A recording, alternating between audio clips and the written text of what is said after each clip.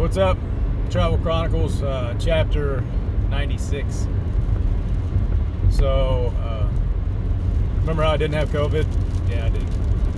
It did end up being COVID. And it wasn't...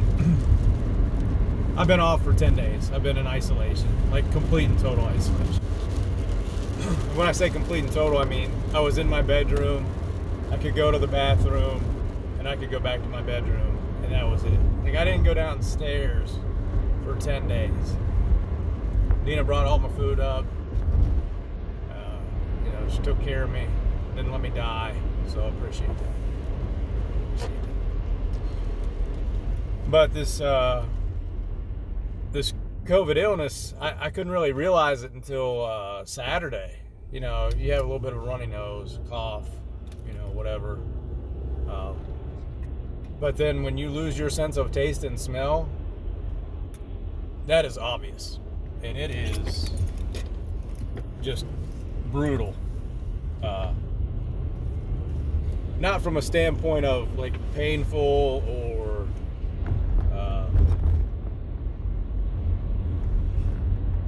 I just ran through a yellow light. Actually, it may have been almost red. But that light is so stupid. Oh, I hate that stupid light. But anyway, it's not painful or anything. It's just you're eating stuff, you're drinking stuff, and it has no flavor. It has no taste. Which could be a good thing. Like if you're on a diet, it's like, well, I'm not tasting anything, so I don't want to eat. Or it could be a bad thing because it's like, well, I can't taste this. You just keep shoveling stuff in your mouth, and it you never get that sensation. And it's a little bit unnerving because you're eating food and you know what it feels like in your mouth, and you kind of keep waiting for that taste sensation, and it never comes. And it's weird. It's really weird. But it's not a painful thing. It's not a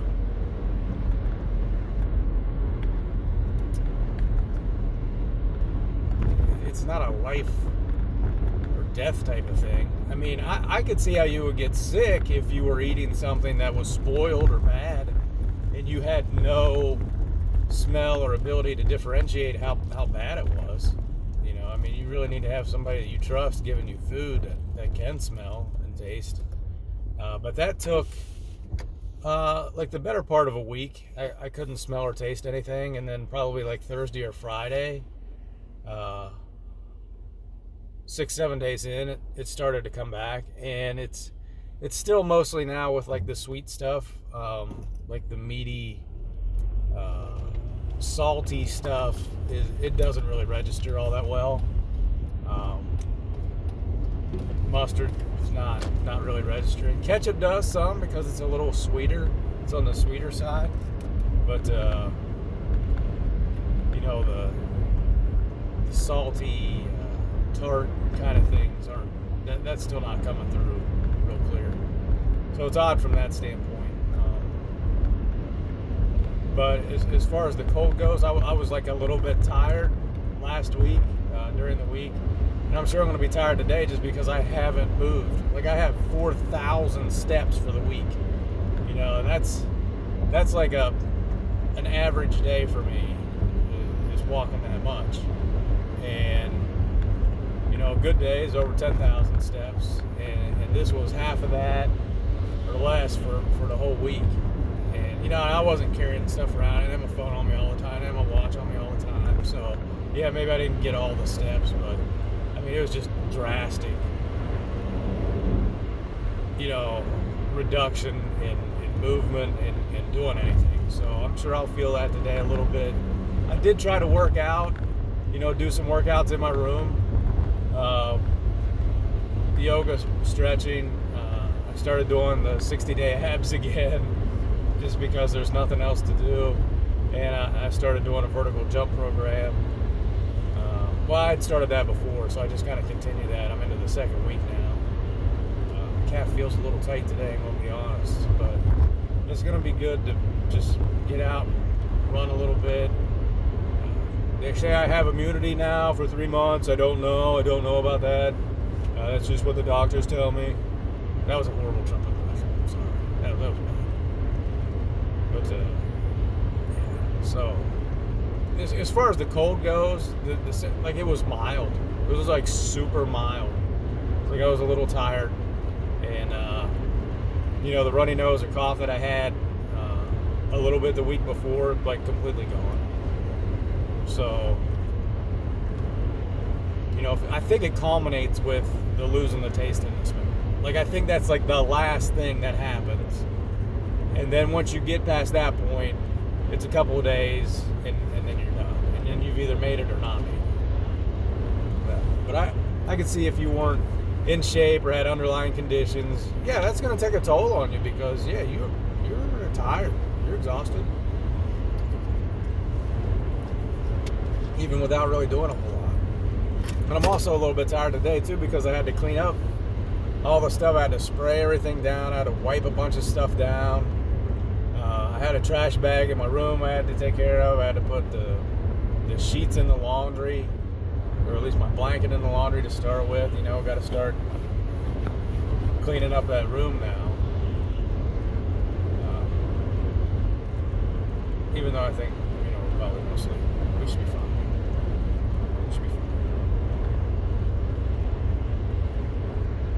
But I did my Wim Hof during the isolation. I did that, and I got back into taking the cold showers. I think the taste started coming back when I started doing the cold showers, so now I've been hitting them every morning just for like the last 5 or 6 mornings, just to kind of get that feeling, and it's supposed to help with immune health too, so why not? Can't hurt anything. Can't hurt. It's a little uncomfortable and your skin feels itchy afterwards, but hey, if it works, it's worth it. I'll say that. What else is going on? Oh, the Browns. They won their playoff game against the Steelers at Pittsburgh. It was one of the greatest football games in history. Cleveland set a record. They scored 28 points in the first quarter. That was a record. And then they just coasted pretty much the rest of the game. They ended up scoring another 20 points. But it was like prevent defense. I think Roethlisberger set a record for how many passes he threw and completed, because that's all he could do. Like, they absolutely could not run the ball. It wasn't even trying to work running the ball. It was like, we're just going to throw it. We're throwing it every play, every down. And it worked. And they had to, because they were so far down. Is that a strategy that teams should implement? It's like, well, we're not going to run the football and we're just going to throw the football. I think you could, especially if you don't want to invest in a running back. It's like, you just need to be able to block and go out and catch a pass every once in a while. All right. You're not going to be running back. Just learn to block and catch passes.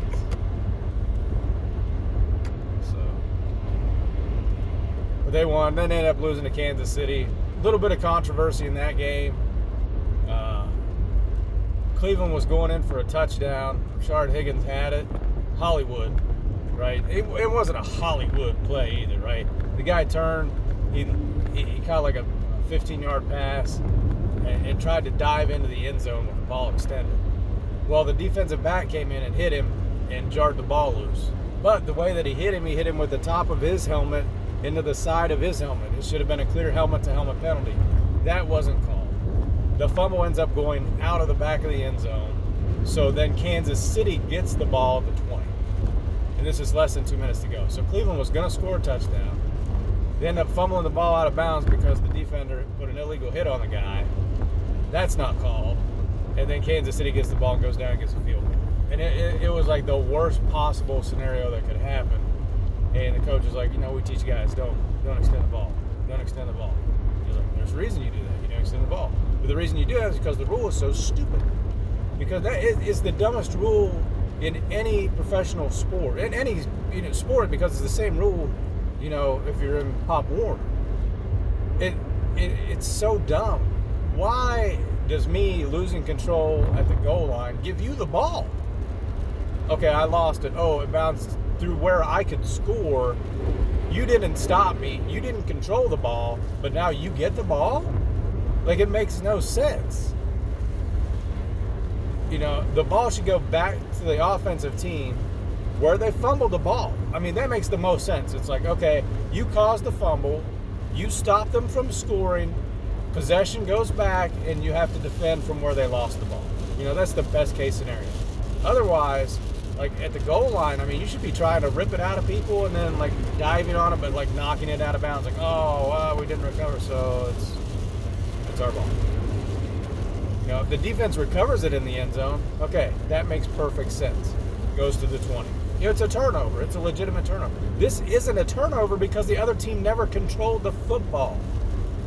They never controlled the ball. There's no other sport where you can turn something over and the other team never had control of it. You know what I mean? In basketball, you have alternating possessions, or, you know, at least in the pros, they'll jump it up so that it's fair, but even then it's 2 points. You know, in football, it's so hard to score. There's so few times that a team scores a touchdown that when you take one of those opportunities away, that it's a huge swing in the game. And that was the difference. They ended up losing by 5. But, man, if they score that touchdown, they're ahead. You know, Kansas City loses their starting quarterback because their team decides it's a good idea to run him in an option play. This guy's worth $500 million. We're going to run the option with him. Like, no. Like, that dude is never running the ball intentionally. You know, just never. Unless it's a sneak or something. Like, you got to be able to do that.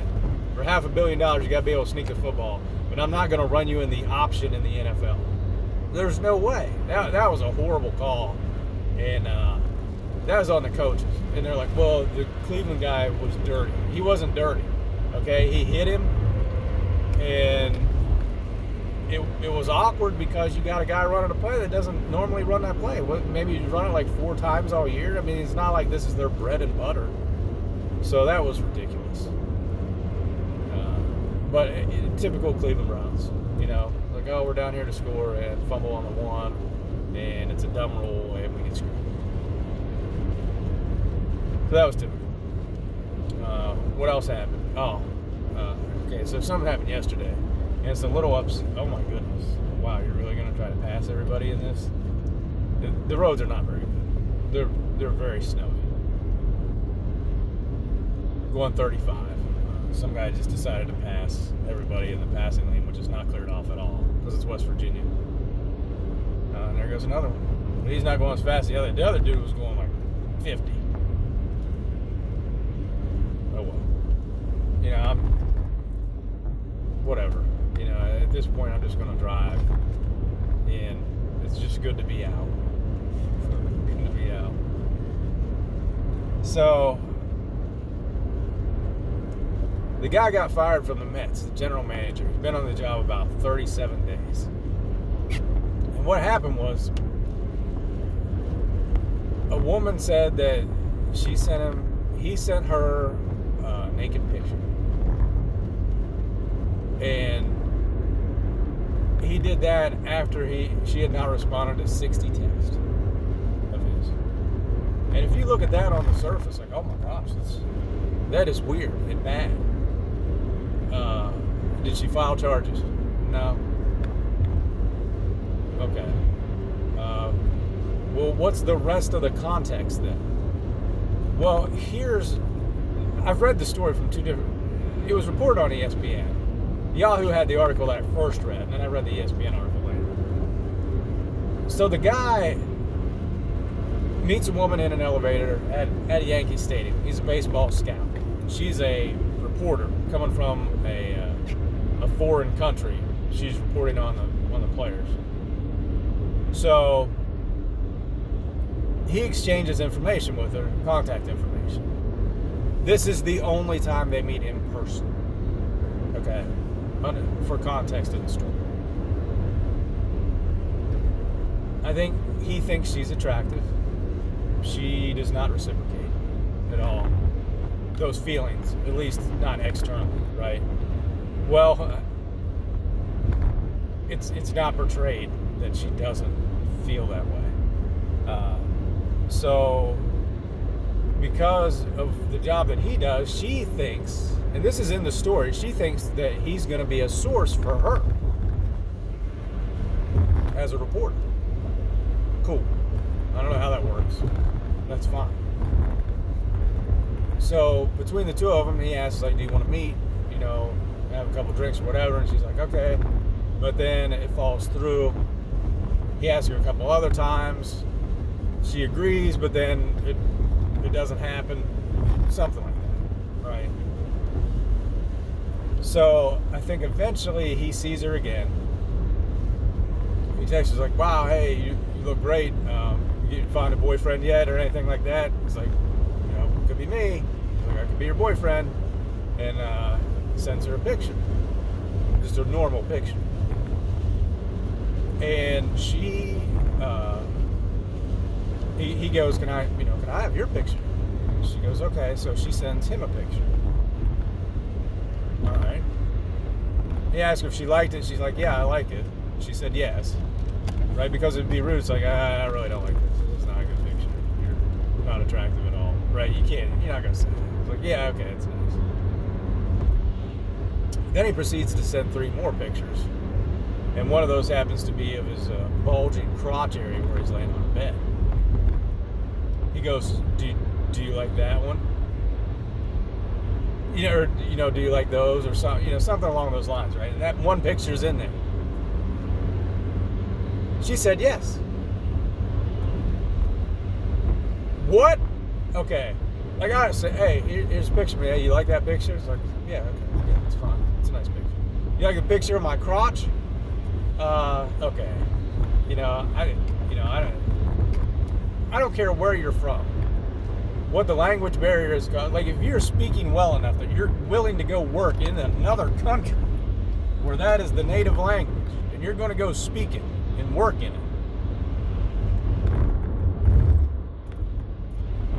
it, then you have to have some ability to say, you know what, I don't think that's right.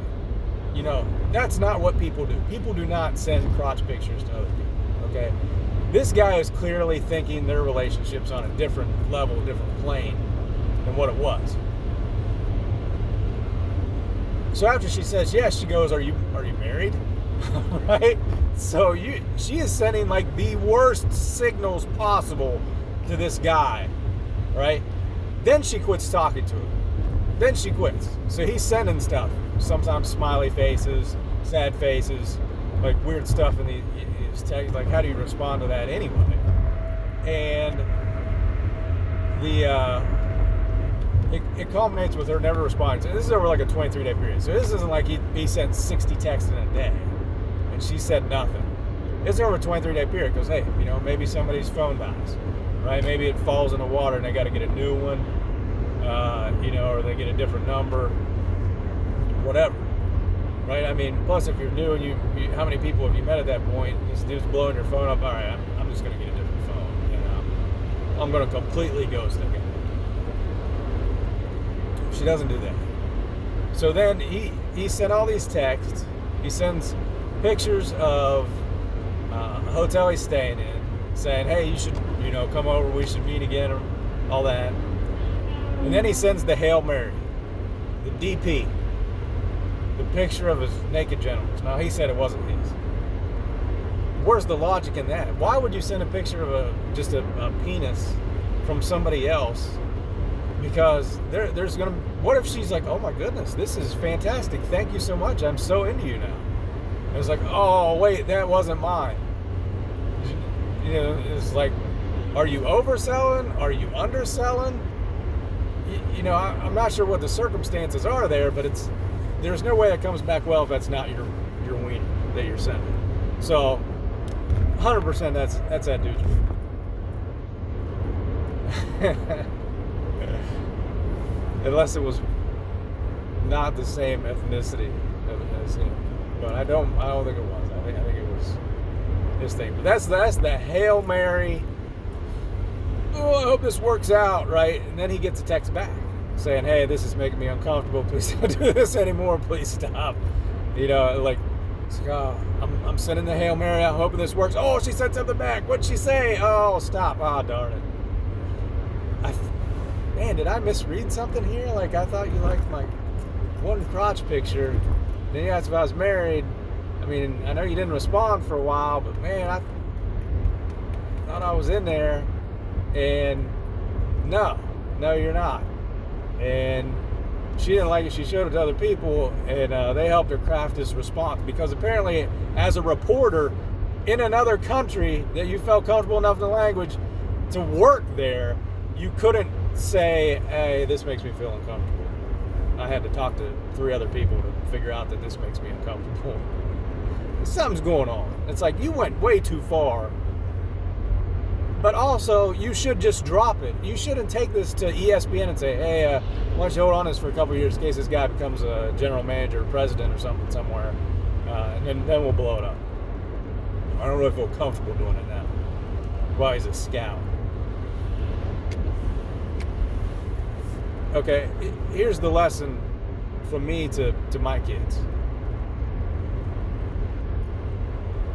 If you feel uncomfortable with somebody, or somebody saying something that makes you uncomfortable, just tell them. Tell them. Get it out of the air, or don't let it make you uncomfortable. You know what I mean? Just, okay, that's how that person is. You roll with it, right? Now, this was the point where the person was texting him constantly. Just tell them, stop. Stop. Please stop. Look, I'm not interested in that way. I want to keep this professional. You know, especially somebody of the opposite sex. And if they can't be professional, then you report it, okay? When she said stop, he stopped. He apologized several times. Then he wanted to apologize in person because he thought he really offended her. She wouldn't do it. She refused to meet with him. Fine. You felt that uncomfortable. You don't want to meet with him. Fine. All right, but he tried to make the effort. So you should let this go. You should let this go. This is not him being a creep and being a bad guy. You told him you liked his crotch picture and asked if he was married. You can't do that. You can't do that and then say, whoa, why are you sending me naked pictures? It's like, well, you said you liked this one. Well, I didn't understand because I'm not from here. It's like, you understand what that is. Like, I'm sorry. I don't care what country you're from. If a girl from China sends me a picture of her crotch, like, I understand what that is. I understand what's going on. Don't give me, I don't speak this language. Pictures, that's 1,000 words, and I don't care what language it is. But if you feel uncomfortable, say it, okay? And if somebody apologizes to you, take that apology. Even if it's like, well, they're just apologizing and they don't really believe it because they don't really think they offended me or whatever. They may not, but if they take those steps and they say that and then they stop communicating with you and take to heart what you said, you have to take that at their word, right? The dude sent 60 texts in 20 days and then quit. So he was done. Let him be done. Let him move on. Now, if other people come out of the woodwork and say, well, he did that to me too. He did that to me too. Oh, yeah. Look, here's his crotch he sent me. Okay, then the guy's got a problem. And then he should be fired, 100%. But I don't think the guy deserved to be fired when you look at the whole context of the thing. This is just a knee-jerk, political correctness, cancel culture action. And it's a complete lack of leadership on the Mets' part for not standing up for a guy who actually went out and got you Francisco Lindor, probably the best shortstop in the game, if not top 2, 3. I have no idea who's better than him just because I follow the Indians, but you know, the guy's incredible. And he's an incredible player, and he's incredible off the field. You know, he's an all-around good dude. And he's good for a team. So, I mean, yeah, you want that guy. And he agreed to come there. So, you know, that's what that general manager went out and did and got him. And Carlos Carrasco off the Indians. It's like, the guy's doing his job. You're going to fire him for something that happened 4 years ago when he didn't even work for you? Man. Well, he lied during the interview. Okay. How would that interview have gone? Has anything ever happened in the past that would come back and maybe look bad on the franchise or be embarrassing for the franchise? Well, 4 years ago, I did send a naked picture to a girl.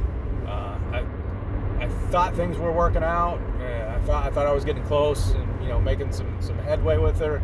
And I went all in, and then she rejected me. But I apologized. She didn't want me to talk to her. I said I made her uncomfortable. I apologized. And then we haven't spoken since. So I think it's cool. But that would be like the only thing that could come back. You know, well, he didn't tell us that. Well, it was like, I sent a suspect picture of my crotch once to somebody. Like, that's what's going to come up in an interview anywhere now? Look, I'm not saying that's a good thing to do or anybody should ever do that. Like, that, I don't understand how anybody thinks that's going to work. Like, that's going to seal the deal. Right? It's not. That is not the answer ever, at any point, to send a naked selfie. Especially not for a guy. Like, maybe a girl, not a guy. It's not going to work. And a girl shouldn't do it either. Because that's not the kind of person you're trying to attract, really. You know, and then your naked picture's out there for forever. Oh, apparently you can come back even 4 years later and get you fired from your dream job. Which is just so ridiculous. Man, they just hung a guy out to dry. So if you're looking at the Mets organization now, too, like, if you've ever done anything in your past that's a little bit suspect, dude, like, sorry about your luck, but they're going to fire you. That's how I feel, because they're not going to stand up for anybody that works there now. And this woman's still anonymous. Like, at least if you're going to get somebody fired from their job, at least do it to their face, you know. There's more to this story than what's coming out. And I think it's really going to blow up in the Mets' face, because it was a horrible decision. Just not right, and everybody's taking the wrong stance on this. All right, that's a little bit long, but a lot to say there, a lot going on. I'll see you later. Be careful, be COVID-free.